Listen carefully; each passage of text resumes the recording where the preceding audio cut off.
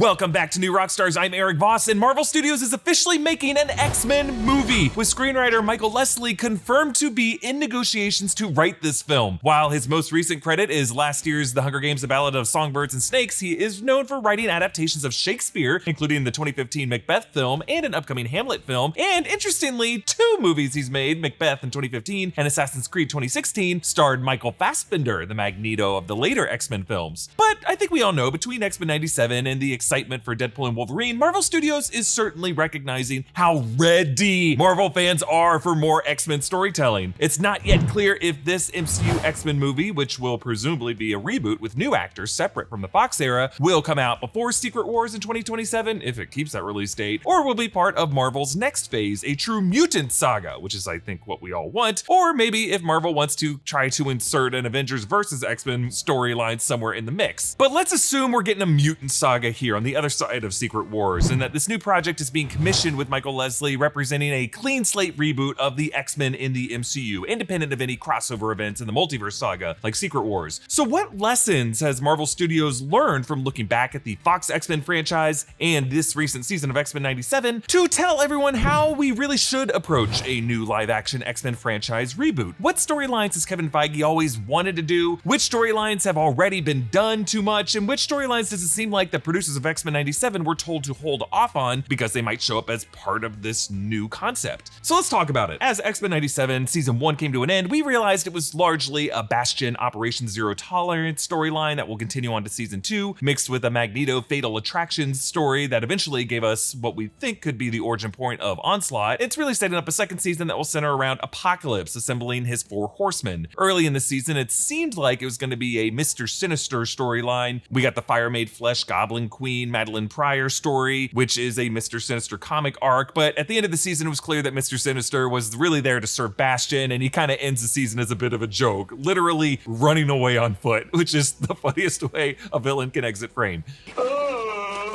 But the writers of X-Men 97 were clear that despite the parallels to the E is for Extinction event from the Grant Morrison storyline in 2001 with the attack of Genosha by a wild sentinel, they were told to not use the villain Cassandra Nova in X-Men 97, probably because Marvel didn't want to step on the toes of Deadpool and Wolverine in the version of the character played by Emma Corrin. As we learned from this channel's X-Men Snicked Rewatch, Fox did have a plan for the future of their X-Men franchise during those later films, with the First Class cast beyond X-Men Apocalypse and Dark Phoenix, which showed up in traces in the background of the films like Logan and the New Mutants. But after the villain of Apocalypse, they wanted to focus on Mr. Sinister, with John Hamm being rumored to be considered for the role of Nathaniel Essex, who seemed to be the big bad in the shadows, collecting mutant DNA from the 1980s onward and overseeing various mutant experiments on young mutants via shell organizations like Transigen in the Logan film and the Milbury House in the New Mutants film. But we should acknowledge that that Sinister plan was being developed largely without Kevin Feige's input. While he did have a lot of hand in the first 3 X-Men films that were produced in the aughts, by the time of X-Men First Class and X-Men Days of Future Past, Kevin Feige was busy producing stuff for Marvel Studios and was not always in the room or on the call for those planning meetings. So it's not guaranteed that Sinister is going to be the villain Kevin Feige picks up with in the MCU, especially if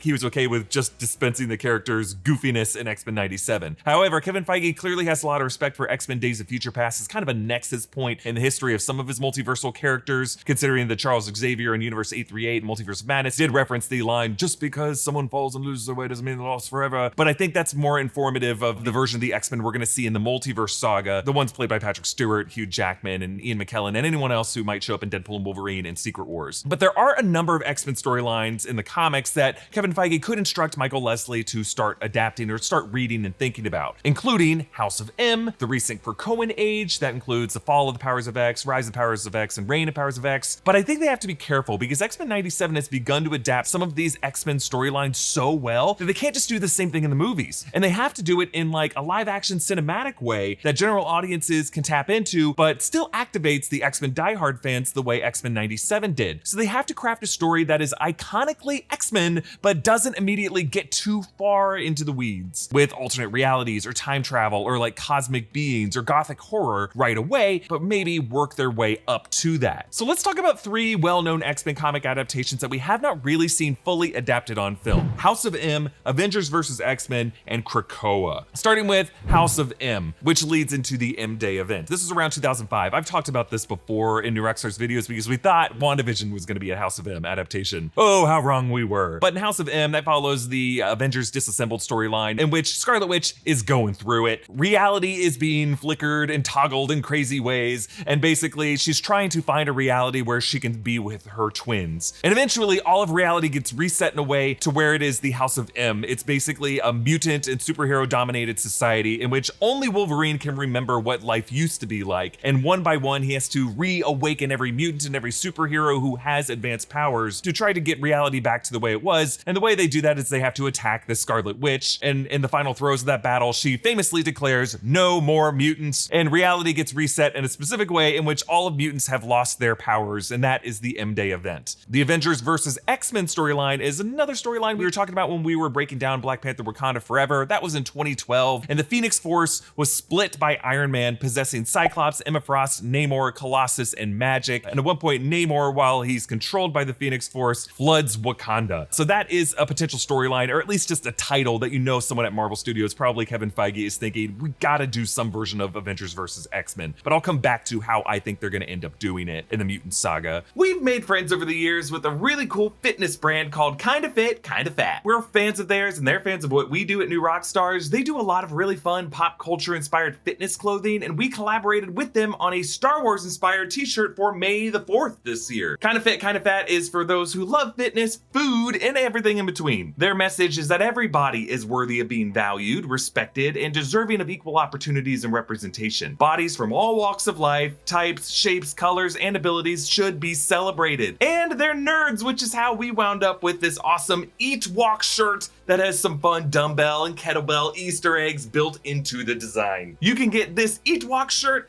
and a ton of other cool items at kindafit.com. Just click the link in the description, tell them New Rockstars says hi. But let's talk about Krakoa, which came up a lot when we were talking about X-Men 97. It's been one of the more recent runs of Marvel Comics when it comes to the X-Men. So basically, Krakoa is a sentient island in which Charles Xavier and Magneto and Moira McTaggart set it up as a kind of mutant sanctuary. But Krakoa is not the same thing as Genosha, because Krakoa is basically the island that walks that originally comes from the Chris Claremont run. But we learned this backstory where Krakoa was like a sentient being that was awakened, people thought, by atomic bomb testing in the Pacific Ocean in the 1940s, radiation causing it to mutate into a living ecosystem, kind of like, you know, if Godzilla were an island. But then we later learned a deeper backstory that Krakoa was part of an ancient entity, Okara. Yes, it is an anagram of those letters. And in ancient times, it was split apart using the Twilight Sword, and it split into two other forms, conveniently spelled out of those letters, Krakoa and Arako. But they use it as a kind of sanctuary in which only mutants are admitted to live there. And they have this whole operation where they are able to rebirth mutants using a team called the Five: Egg, Proteus, Elixir, Eva Bell, and Hope Summers. Egg makes these golden balls. Proteus warps reality to make the golden ball into a uterus. Elixir is the life giver who starts the process of cellular regeneration. Eva Bell manipulates time to expedite the gestation process. And Hope Summers unifies all their powers together to make sure they're operating at peak and in unison. They use Cerebro, which has a backup of every mutant in their memories, to basically restore these mutants in their original states, and they inject the genetic information that is stored from each mutant that was kept by everyone's creepy Uncle Sinister. So through this process, Cyclops, Wolverine, Jean Grey, they all get resurrected. They had gone on a mission to Project Orcus to confront the mother molds in space. There was a space station near the sun. It was basically a suicide mission. So they're back. It's really a pretty great run. I believe it ends a bit too fast. But what's cool about Krakoa is it has mystical qualities where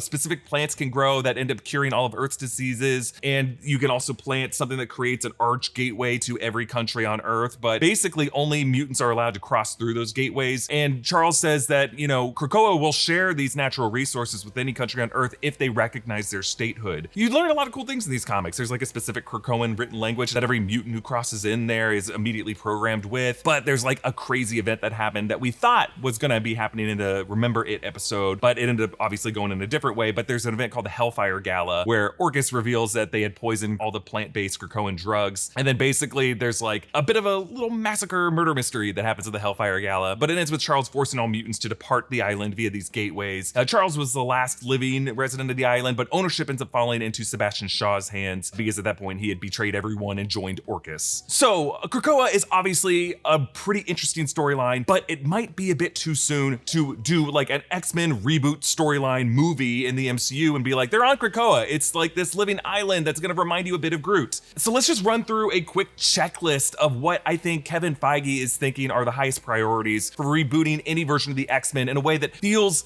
authentically X-Men to people who love the X-Men, but also feels like a movie that could be $1 billion movie, right? Okay, so learning lessons from the past Fox X-Men films, I think this team of the X-Men needs to be led by Charles, Cyclops, and Storm. Fortunately or unfortunately, Hugh Jackman was such a big star, basically the X-Men franchise became a Wolverine franchise. And this needs to be like a team led by Cyclops and Storm and Charles. I think Mystique was made to be too big of a character just because Jennifer Lawrence was a huge star and they ended up writing those movies around her. But for better or worse, Skrulls, I think, have ruined the idea of shapeshifting in the MCU. So I think we could take a step back from Mystique, which unfortunately might mean we have to take a step back from Morph. But let's see if we can get Morph in there somehow. We love Morph. I think simply all the story needs to be, at least the first X-Men movie, is a Night of the Sentinels story. Let's make humankind the villain. Trask. I think that's what worked in 1992. It was just a simple Night of the Sentinels story, and let's do Sentinels properly in live action. I think we have the technology to do it. They are scary. They're cool. They don't need to be this hip, sleek versions that we saw in the future in Days of Future Past film. It could just be like the big, bulky, master mold printed Sentinels. I'm really excited to hear the fact that Michael Leslie has such experience writing Shakespearean adaptations because I think we need to do a proper live action Magneto. And what Ian McKellen did with the character was obviously really great. Bryan Singer leaned into the fact that he was a Holocaust survivor. And I think this is going to be the most challenging thing with writing the character now, because if they are set in the modern times, it makes it kind of hard to have a character who is still like young enough to be a physical threat, but was still a Holocaust survivor from the 1940s. So if you have to do that, set it in an alternate timeline, I understand. It could even be that the X-Men are set in the same alternate universe that the Fantastic Four in the MCU are from. But either way, you can't just reassign whatever,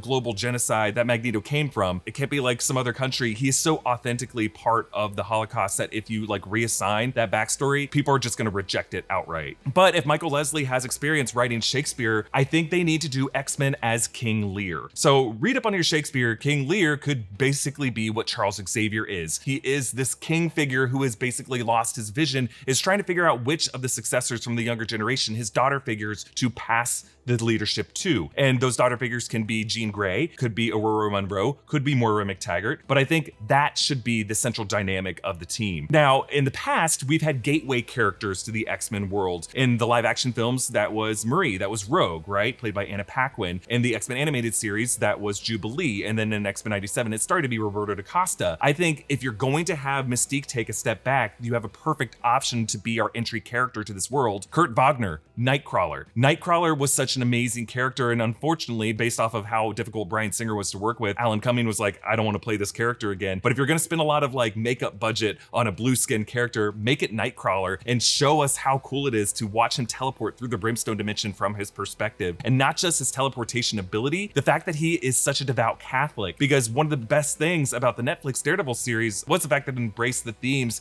of Roman Catholicism. And I want to see how that Catholic dogma intersects with mutant politics. And as much as I love Wolverine, he is my favorite X-Men character. We've seen quite a bit of him. He should be part of the team, but he should be doing his own thing. And I think it's time for a new bad boy to take over. And that's where Remy LeBeau, Gambit, needs to be the bad boy of the group. Give more screen time to Gambit, give more screen time to Nightcrawler. I think we need to focus on Charles Xavier's problematic qualities of recruiting and equipping child soldiers to fight his wars for him. Let's see a conflict between humankind and the political establishment versus mutant kind and Xavier's school, and have us question which side is really right there. And I think we can leave House of M and Krakoa to X-Men 97, because like Dark Phoenix, House of M is just another story about a woman gone crazy. And I just think we've had enough live action stories like that. And I think the big event you need to lead up to is a new version of Civil War. And that's where you get Avengers versus X-Men. I think the Avengers, whatever version of it that we have in the MCU at that point, needs to be led by some new version of Tony Stark, some version of Captain America, Bruce Banner. They could represent the human enforcement force, the only ones who could properly reign in the X-Men. I think we need a proper Civil War conflict, and that could be the big story storyline that is a tentpole for the Mutant Saga. Comment down below with what you want this X-Men storyline to look like, because we are getting an X-Men story and here's our chance to really get it right. You can follow me at EA Voss, subscribe to all 3 channels of the new Rockstars network for breakdowns and news coverage of everything you love. Thanks for watching. Bye.